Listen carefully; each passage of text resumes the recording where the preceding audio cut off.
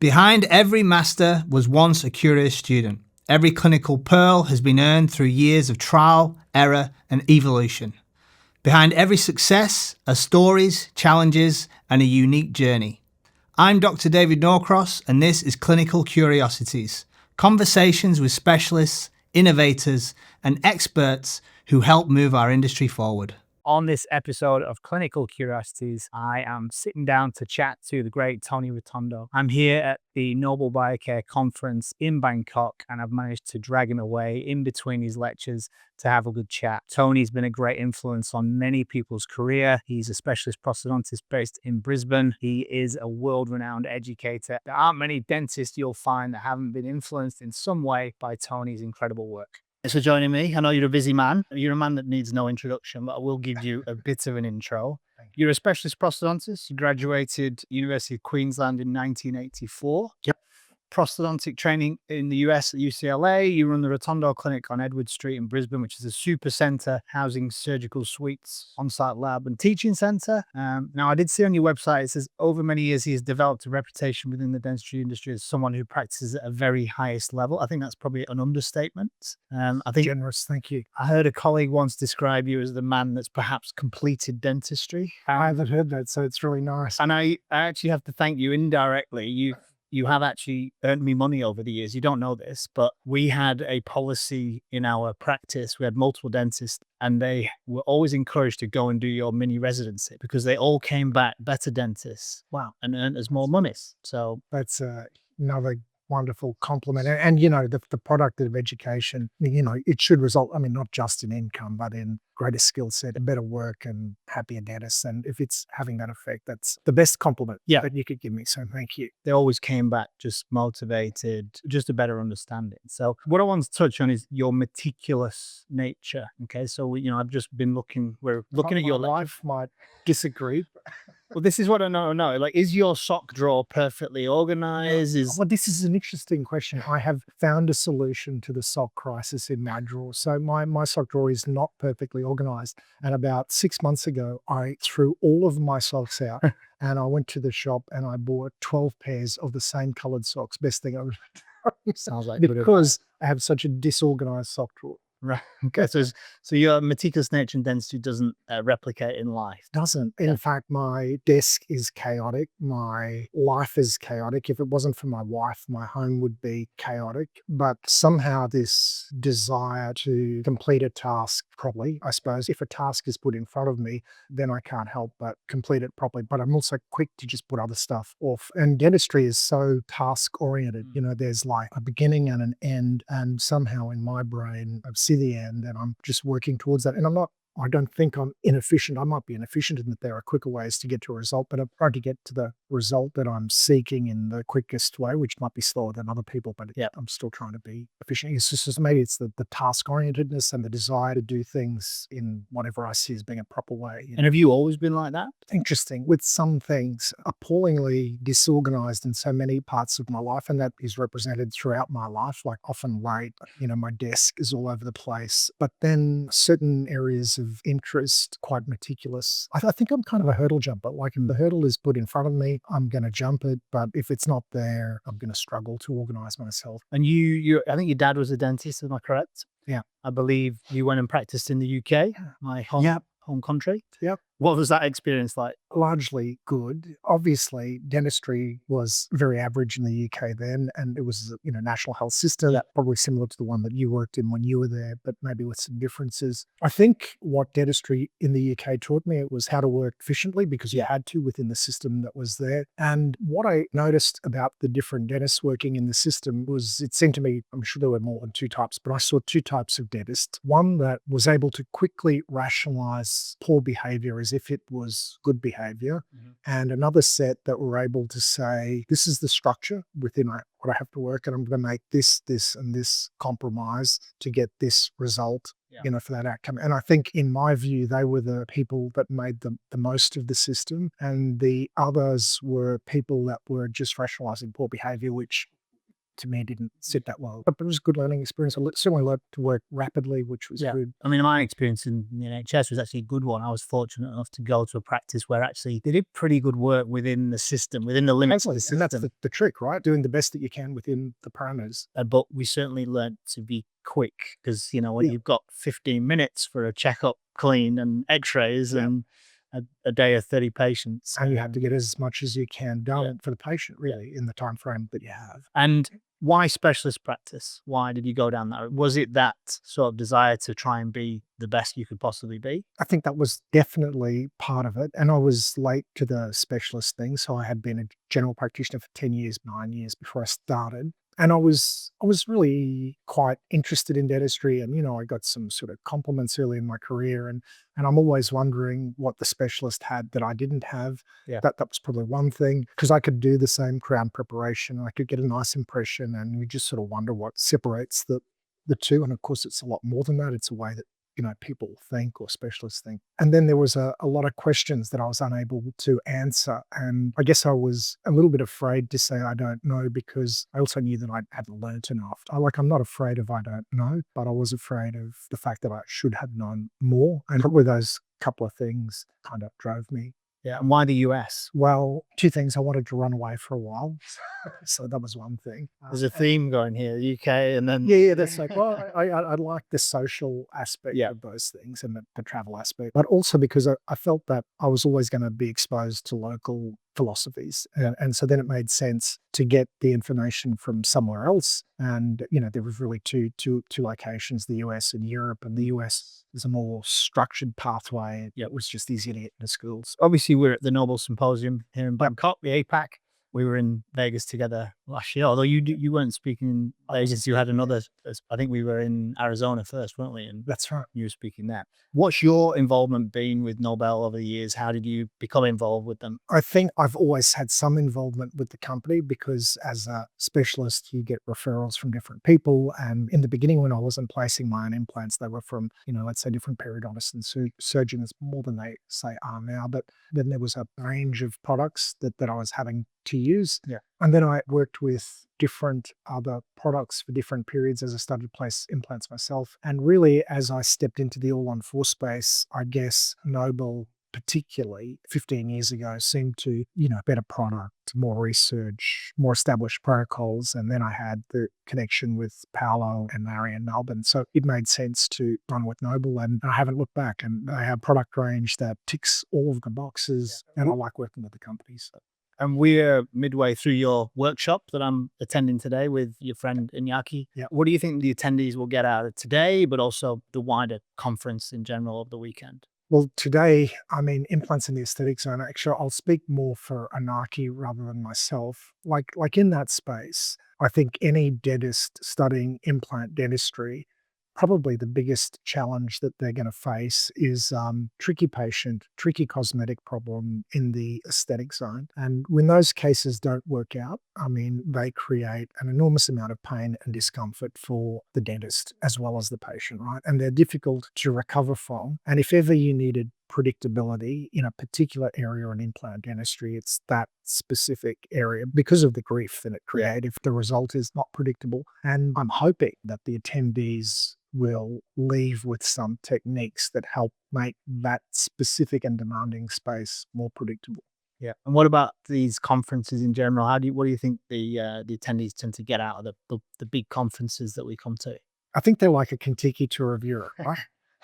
So you get to see many different presenters, situation that only really big conferences can put together. And you get a taste of each of those presenters, and you will ultimately resonate with a couple of them because of your areas of interest, or because of what they say, or because of the results they seem to be able to deliver. And then you'll decide to spend more time with that individual, because that's what's required to advance your career, given its particular place and time and your experience. So I think that's the big thing. And it's my first conference that I'm actually speaking at. Any advice for a newbie like me that's going to help me in my lecture preparation in a couple of days? 2 bits of advice. Like, I'm a very anxious presenter. So historically, particularly for a big event, I would just go over the content over and over again until I kind of let it off parrot fashion, because I just had to belt my confidence into submission so that I could, and not everyone's like that. Some people can present much more confidently than I think I could. So that, I suppose that's being prepared. The second thing I think is often, and just what I said, is about being consumed by how you're going to be perceived and the fact that you don't want to fuck it up. You know?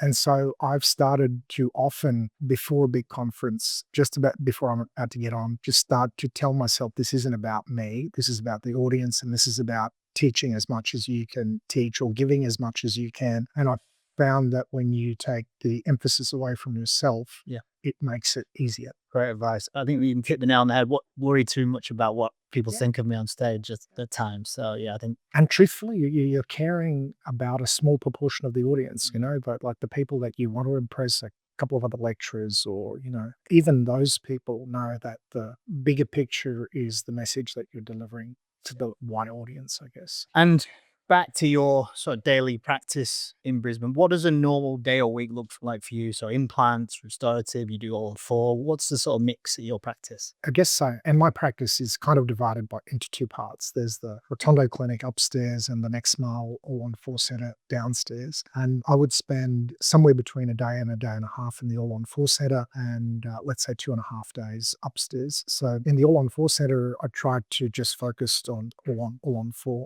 all-on-X. Edentulous patients, we'll say. So that's probably 40% of my time, something like that. And the other 60% of my time is spent, I'm going to say, practicing prosthodontics. In my practice of prosthodontics is probably a little bit broader than most, so I'm splashing a little bit more composite resin around than maybe most people are. But it's a mix of, you know, direct and indirect dentistry, typically more complex cases, and surgery. That'd be the other part. So implant surgery, some more single to tooth type stuff. So those kind of 3 things. And obviously the work that I'm doing is work that other people don't want to do, because that's where specialists get their word from. So it might be a case that's more technically demanding, or a patient that's more demanding, or maybe, you know, in my world, particular, you know, cosmetic sort of thing that someone is going to find, you know, it could be a single tooth crown or something that, in a tricky patient. And, you know, I seem to be a solution for that, unfortunately. I mean, we looking at your lecture slides, obviously, you know, phenomenal work and the aesthetics that you're getting. But I suppose the downside of that is now you do get sent those cases Totally. that nobody else wants to treat. How do you deal with these patients that are such, you know, maybe such high demand? I think so. One is the situation, which rarely bothers me too much, because most of the things I'm referred, I feel like I'm reasonably capable of managing. Not everything, but most of the things.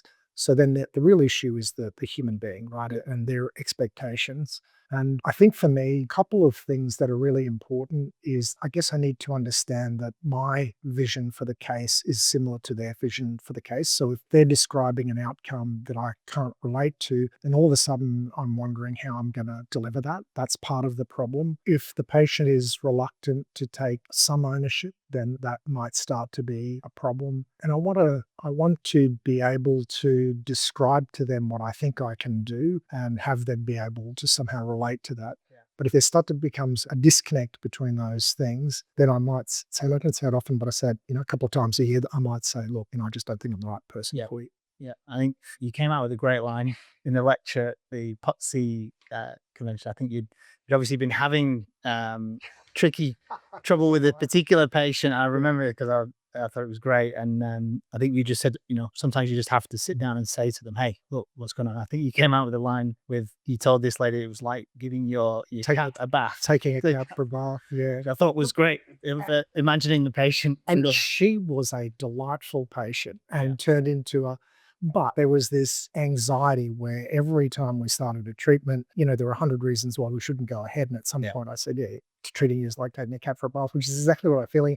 And thankfully, on that occasion, I got the right reaction, and it worked really well. Sometimes you just have to have that conversation with the patient openly, you know, just say, hey, look, you know, the only way this is going to work is, you know, we meet halfway. So, so going back to the mix of your practice. So, you know, you got your all-on-4 centre downstairs, you got your high-end prosthodontic practice upstairs. How do you deal with the switch from all-on-4, which is, you know, we're talking quick surgery, quite brutal if you like, to then going upstairs and doing these real fine motor stuff? often describe single tooth implants as defensive dentistry, where you're working hard to preserve every cubic millimeter of tissue. You understand the consequences of that. Yeah.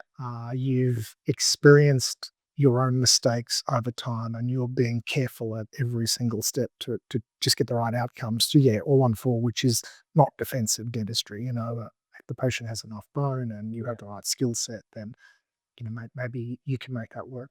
I think for me, it really is a case of wearing two different hats. Like I'm kind of behaving a little bit differently in both environments, and it's almost nice that in my situation they're physically separated. Not that they have to be, but there is a certain mental separation between those things. The other thing that it's worth saying is that my interest in we'll call it the all-on-X space comes from, the understanding that I can't always achieve perfection by getting tissues in the right position. And if I have to accept compromise, in that sort of FB1 type case, I would actually prefer to remove tissue and replace it prosthetically, because then I think I'm going to get the best cosmetic outcome for the patient. So in a way, my desire for an ideal result over here pushes me into that prosthetic tissue pathway when I think, something close to the ideal can't be achieved, or at least not easily achieved. Yeah. I think what I'm finding as well is I do a lot of all on four now, but I still enjoy the single implant stuff, the soft tissue work. But I also think there's a crossover now that maybe was forgotten in all on four. It's kind of like tissue's not a problem. We just stick these multi implants. So I think having that tissue control around an all on four now we're seeing is a lot more important. One type stuff, yeah. And look, dentistry has always, in my view, that the fun of dentistry is about finding the right treatment for the right patient. So excluding a particular philosophy or idea doesn't make sense to me, because the fun is actually finding the right treatment for the right patient. And I'll spend the rest of my life not quite getting there, but that's the fun of it. And we're sticking on your daily practice, obviously wanted to talk about complications, because, as a specialist, as a person that people send stuff to for help sometimes, are you seeing a lot more complications that you're having to deal with? And what are those sort of complications look like? Yeah, for sure.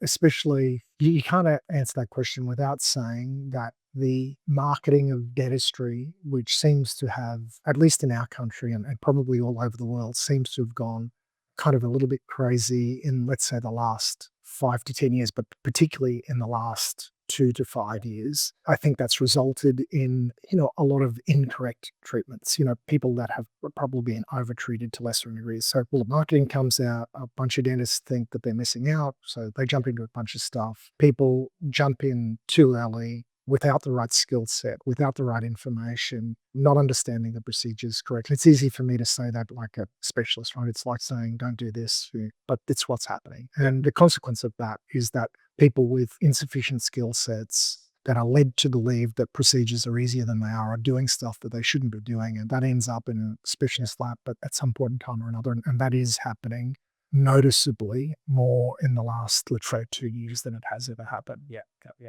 I just wanted to talk to you about sort of your mythology around, your treatment. And what I've noticed from attending your lectures is nothing's rushed. Not everything is systematic, and also you take a long time over these cases. I think you even came out with another line which I thought was great. It was like, if you wanted the fast dentist, you've come to the wrong place. Yeah. And I've also noticed that, you perhaps a late adopter to newer techniques, because these techniques that you've refined work so well in your hands. Would that be accurate, would you say? I'll answer the last question first, which is being a late adopter. I think that with respect to adopting new techniques, it's about the benefit. So I was an early adopter of all ceramic crowns. Probably one of the first people in the country to do them, really enjoyed doing them. A bunch of people are canning them at the time because they're not as strong as porcelain fused to metal crowns. For me, there was just such a massive benefit that it was worth the risk. I felt like enough evidence at the time to jump into that. So that would be an example of where early adoption really, really pays off. In other areas, let's say, I like in the immediate implant world, I'm typically hanging back from partial extraction therapy, just because I'm getting good results doing what I'm doing. So if I'm getting good results doing what I'm doing, if I perceive an additional risk, even if it's small, why jump? Why change? I'll let everyone else do the experimenting, and then I'll do my stuff. So yes, cautious if the consequences of change are significant, cautious if the consequences of change or the improvements in change aren't that great. But then there are certain shifts that are going to make big changes. Maybe robotics is an example of that, where that'd be a massive change in the way I practice dentistry. But if the promise of robotics is true and it becomes available the way we imagine it to be, then that'd be an easy shift for me. Yeah, it was interesting listening to your lecture today on your journey with immediate implants. I think you said initially, but we had some less than favorable results, so we stopped doing them initially. And I think that was I had a similar experience where I took over a practice and clearly a lot of immediates had been done and I was dealing with the complications. Yeah. So I immediately said, well, this doesn't This is work. rubbish. Yeah. But until someone comes along and solves the problems, Yeah. Yeah. Now, that was interesting. And what was interesting about that period in time was we were desperate to make single tooth implants look like natural teeth, and no one seemed to quite have the answers. And the promise of immediate implants just sounded so great. And so, a lot of people jumped in, but I remember doing 2 cases with the periodontist I was working with. They were a little bit ordinary. And then with time, Joseph Kahn came along, and people like Anarchy came up with solutions, and then it just made complete sense. I'm mindful of the time. I know you've got an afternoon's workshop to run and some other commitments. So there's 1,000,001 questions I'd still love to ask you. We really enjoyed the conversations. We'll have to really thoughtful questions. Thank you. We'll hopefully have to do it again. I'm still yet to come and see your facility in Brisbane, so Make a trip. I will. I'll make the trip and come to one of your courses. Thanks, Tom. I appreciate it.